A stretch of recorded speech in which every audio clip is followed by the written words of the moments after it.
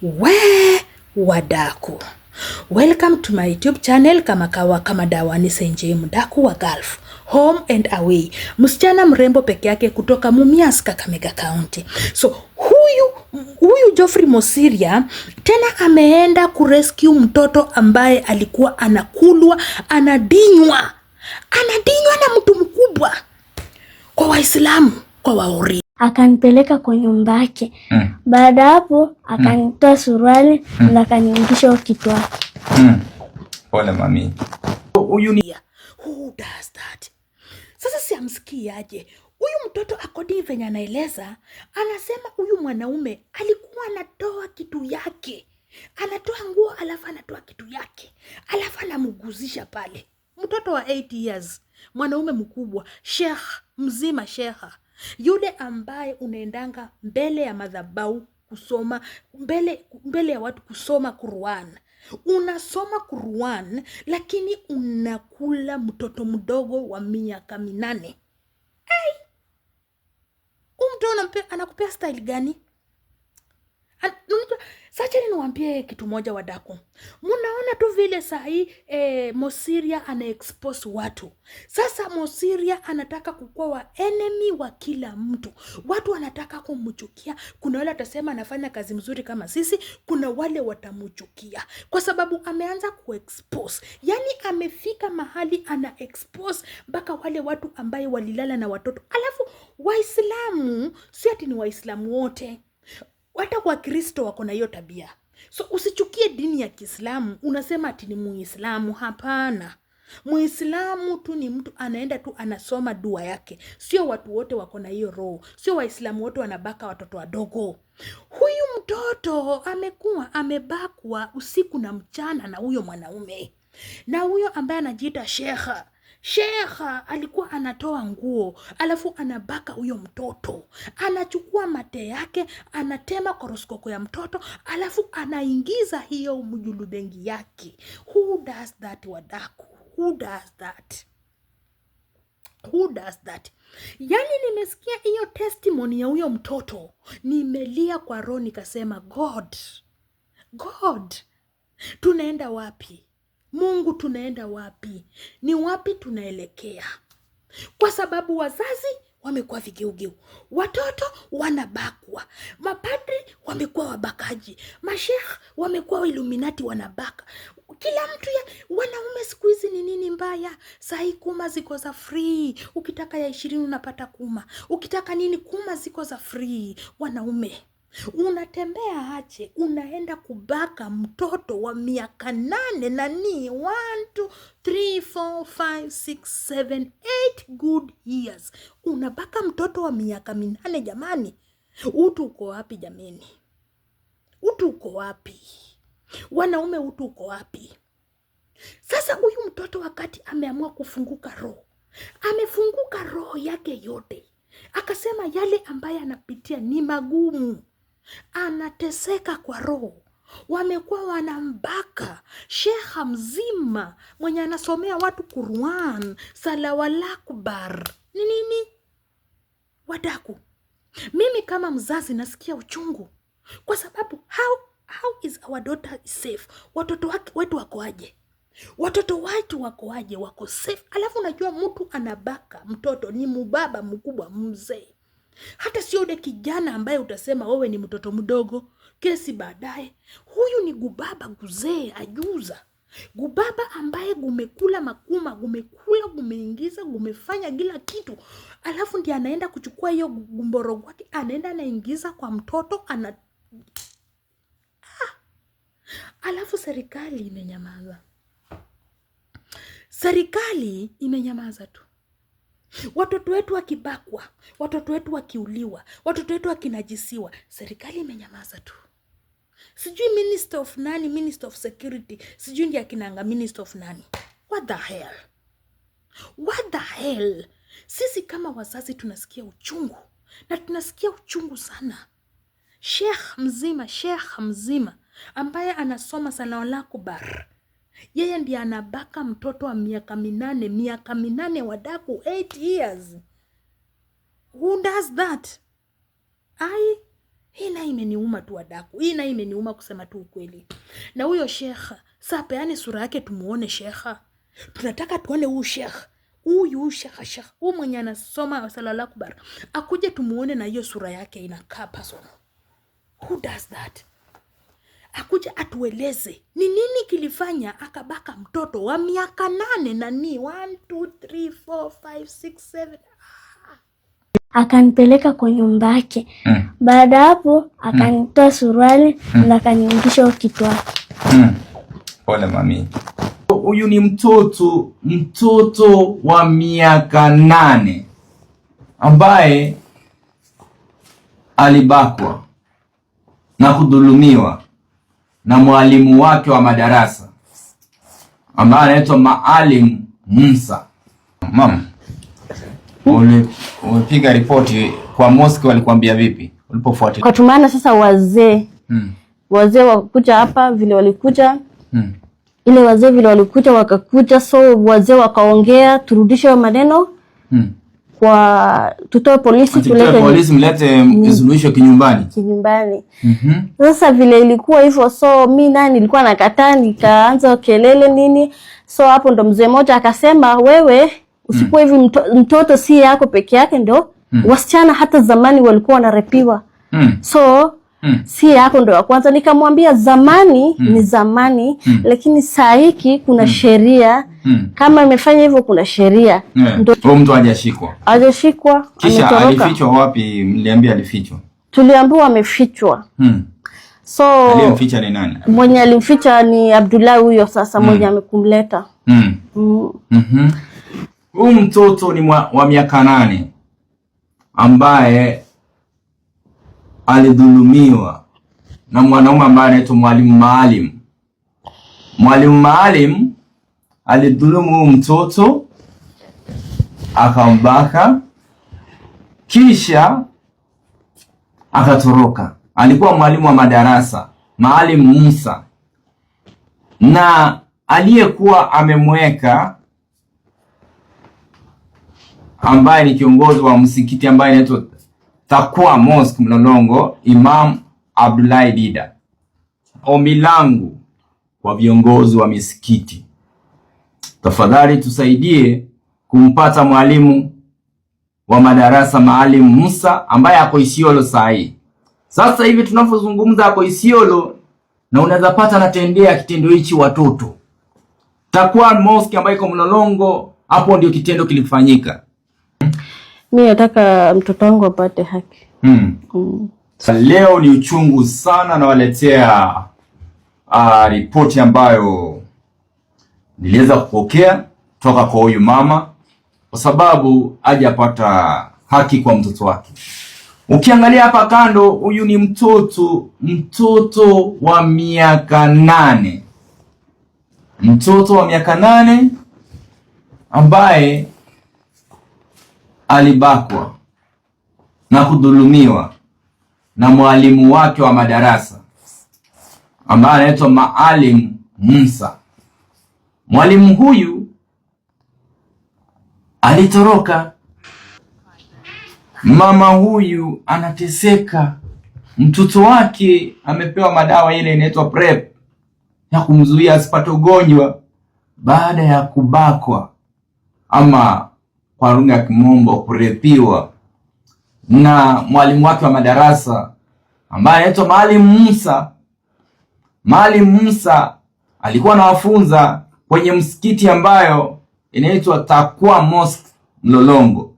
Taqwa Mosque Mlolongo, na aliyemficha ndiye akatoroka kulingana na vile nimeelezwa. Kazi yangu ni kuripoti, na naomba viongozi wa misikiti muingilie kati. Imam Abdullahi Dida ndiye aliyemficha. Alimficha huyo mwalimu siku 3, kisha akamwambia atoroke Isiolo. Baadaye walienda wakapiga ripoti tarehe 16 mwezi wa 4 mwaka 2026 kwenye kituo cha polisi cha Mlolongo Police Station masaa ya saa 6:20. hadi wa leo hawajapata haki. Hebu tueleze nini ulichofanyiwa? Ilikuwa nini? Aliniambia first wakati alitoa mimi na Roida wasichana 4, alafu akatuambia wasichana wote wawili. Mlikuwa wasichana 4? Wawili wakubwa wakatoroka. Tena akatuwekea mguu na Ruida ndo tusipite kwa barabara. Mimi nikamwambia mahali usitupate twende nyumbani. Alafu ya akasema Ruida akawa ameweka hivi mguu kwa mlango, Ruida akapita na chini. Mimi akanikataza, akanishika hapa kiuno, mimi nikaumia kiuno, akanipeleka kwa nyumba yake. Baada hapo akanitoa suruali na akaniingisha kichwa. Pole mami. Pole. Mama. Pole sana mama. Mama. Ulipiga ripoti kwa mosque, walikwambia vipi ulipofuatilia? Vile nilifuatilia, huyo Abdullahi alikuja hapa. Vile alikuja hapa, alikuja na mzee pamoja. Abdullahi ni imam mwenye ameleta huyo. So tukamweleza, akasema tuende tupeleke mtoto hospitali. So mimi nilikuwa na prepare mtoto na avae ndo tuende. Akatoka akaenda. Kumbe vile alikuwa ameenda, tukatoka tu kupata yeye. Vile tulienda hospitali. Vile tulienda hospitali yeye alichukua wanaume karibu 4 wakakuja. Sasa ile wanaume vile walikuja una vita. Wanaume wanakuja kutishia kwa nyumba. Kwa hospitali vile nimepeleka. Walikuja na Abdullahi. Walikuja wakuwa wanaume 4 wakiwa wamekuja kwa sababu vita. So hiyo hospitali vile tulikuja tukaambiwa hiyo hospitali wakuwezi kuona hiyo kipimo. So tuende hospitali ya Kanjo ndo mtoto aweze kusaidika huko kutibiwa. So mimi nikatoka. Ile vile natoka, hiyo vijana wakaanza kushika mtoto wangu, ati uwezi enda na mtoto, sisi tutachukua hii mtoto tumpeleke hospitali nyingine tumuangalie. Sasa ile mimi navuruta mtoto wangu, wao wanavuruta mtoto. Sasa ikafika mahali vita ikakuwa paka huyo mwenye amenajisi mtoto wangu alikuwa anataka kunipiga. Alikuwa anataka kunichapa. So tukatoka huko kuweza kupeleka mtoto wangu hospitali ya hiyo ya Kanjo. Mtoto akatibiwa. Tukakuja jioni, wazee wakakuja. Hiyo Abdullahi sasa, hiyo kabla sasa tujakuja hiyo usiku yake akaanza kusema kubishana sasa na sisi, akasema mpeleke mali mtapeleka sasa hiyo maneno. Juu nilikataa kumpea mtoto wangu. So alikuwa anataka kumpatia mtoto. Ndo wapeleke mtoto hospitali. Wao wanapeleka kama nani mtoto? Juu hiyo private tuliambiwa na ripoti ya mtoto. Juu private walisema wao wezi hawana hiyo kipimo.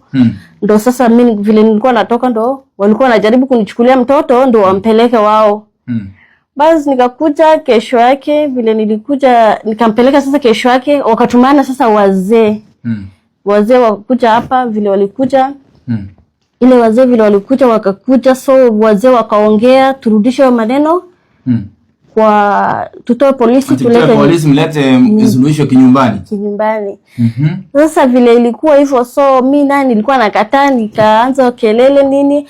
So hapo ndo mzee mmoja akasema, wewe usikuwa hivi, mtoto si yako peke yake, ndo wasichana hata zamani walikuwa wanarepiwa.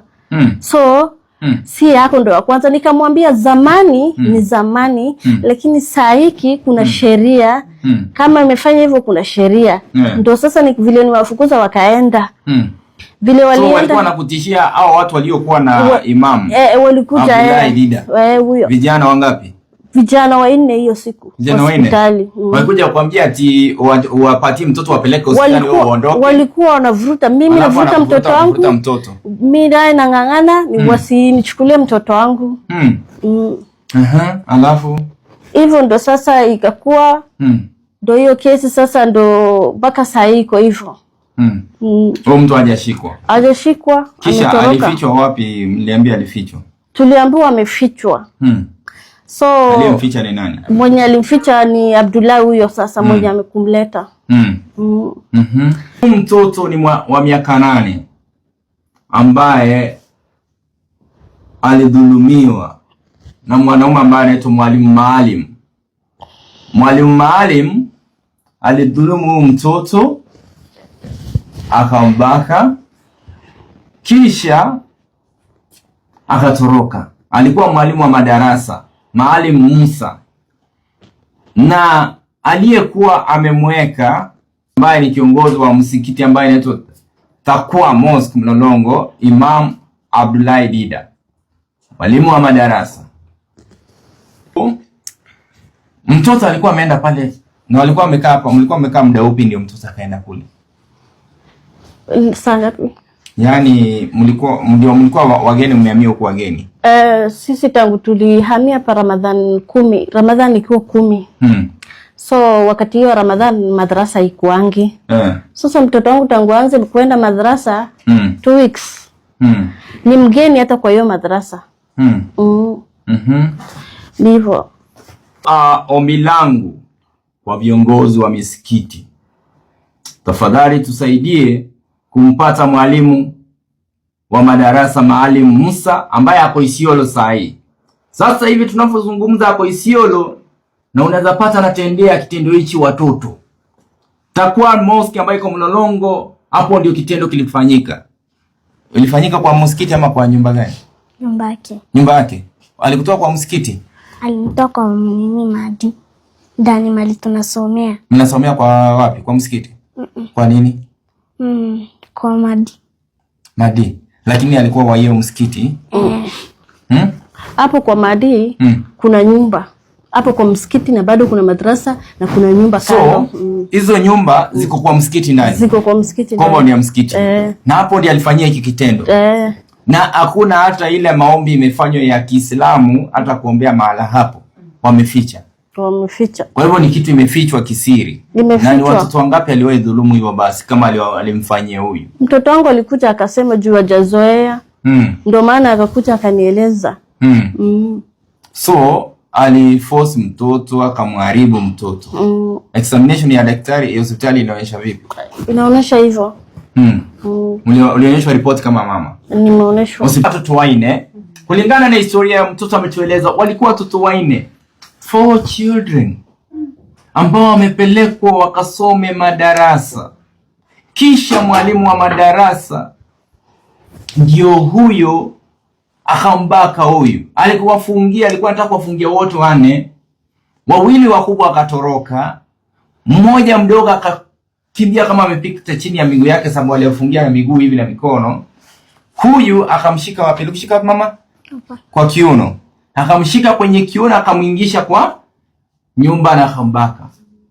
Kiongozi ambaye ni wa madarasa wa msikiti Imam Abdullahi Dida akafuata mama akiwa na vijana kulingana na vile wamenieleza. Me am reporting because nataka mama apate justice kulingana na vile amenieleza. Akamshika, akakuja na vijana wakashika mama, anataka kumnyang'anya mtoto, wakimwambia wao wenyewe watajipelekea hospitalini. Na hawana haki ya kupeleka mtoto wao wenyewe hospitalini. Mama wenyewe yuko hapo na kumharas. Kisha ulifanyaje walipokuharas mama? Wao vile waliniharas, mimi nilichukua tu mtoto wangu. Nilikuwa nataka kuenda polisi, nikasema nilikuwa nataka nikaenda kabisa. So mzee akanirudisha akaniambia wacha tuende kesho tupeleke mtoto hospitali ndo kesho tu report. Ndo tukaenda tukareport. Mkaenda hospitali? Tukaenda hospitali kwanza. Mtoto akapimwa. Confirm alifanyiwa hivyo. Alifanyiwa hivyo. Report iko hospitali. Iko hospitali. Na polisi pia wako na hiyo report. Wako naye. Ombi langu kwa OCS wa Mlolongo Police Station, tafadhali kupitia kwa zile system za serikali, naomba huyu mwalimu Maalim aweze kushikwa kisha pala afikishwe kotini, kwa sababu tusipochunga hawa watoto hakuna mwingine atafanya hilo kama serikali. So mom, hadi wa leo muhusika hajashikwa, sababu kitendo kilifanyika tarehe 16 mwezi wa 4, ndipo ukanipigia. Hajashikwa. Na umetishiwa. Kisha kinachouma zaidi ni kwamba wanamwambia wazee walikuja kwa nyumba wakimwambia, ni wazee walikuja? Wazee pia walikuja. Wazee wakakuja. Wazee wa wapi? Wa msikiti ama wapi? Wa hii area. Wazee wa Islamu. Waislamu wa kwao wakakuja. Wacha nitumie hilo niseme, wazee ambao wanashiriki kwenye msikiti moja wakakuja kuja kumwambia kwamba hili jambo au withdraw case, waende waongee nyumbani, waende wa negotiate. Walikwambia nini? Ni withdraw case, tuongee kama. Tueleze ilikuwaje? Wazee walikuja wangapi? Wazee walikuja wengi sana. Kwa hiyo siku walikuwa wamerudi karibu mara 2 ama mara 3. Kukaa tuongee, tutoe kesi huko. Ndo hivyo. Ndio, yani atimuongea kinyumbani. Kinyumbani itasaidiaje mtoto wako aliyebakwa? Haiwezi saidia. So kisha ukawaambia nini? Mimi nilimwambia hiyo kesi siwezi toa. Mimi nataka mtoto wangu apate haki. Story ya wazee sitaki. So wazee wanaingilia wakati vitendo kama hivi viko, ati watu sasa msuluhishe nyumbani. Na huyu ni mtoto. Hawa wazee wako na akili kweli? Naomba pia kama kuna mtoto amedhulumiwa kama huyu, ama kuna mtoto ameolewa wa Kiislamu, tuseme ama Msomali kama huyu, wale ambao wanasema ati ni mila ama dini ndio wapoza watoto wadogo, naomba muweze kupiga ripoti. Mamake boss, usilie. You need to be strong tuweze kusupport you mtoto. Na support you mama. Na msilie kina mama, kwa sababu mkilia huyu mtoto atakuwa tumemsaidia. Be strong. So, it shall be well. Sasa mama, utakuwa iko sawa. Sasa hizi tutakuprotect. Hakuna mtu atakufanyia hicho tena. Sasa si unaona mimi nimefika hapo. Umeniona? Mimi ni nani? Unanionanga kwa internet? Si mimi ule na protect watoto wadogo kama wewe. Hakuna mtu atakuguza sasa. Vile nimefanya hivi, hakuna mtu atakuguza, na huyu atashikwa huyu. It's so painful, so traumatizing. I don't know where we are heading as a community when people are doing this kind of inhumanity to our children. Itishiwa, mama anaishi na uoga. Naomba maafisa wa polisi pia mwasamu ni wale ambao wanatishia mama, waache kumtishia, kesi ifuatiliwe. Tafadhali, wale ambao mnatishia mama, najua mnanitizama. Najua mshapigiwa simu mnanitizama. Wale waliomtishia mama, wale waliokutishia, endo andikishe ripoti polisi, peana majina zao. This story many traumatized. It's still affecting me. It's affecting my mental health.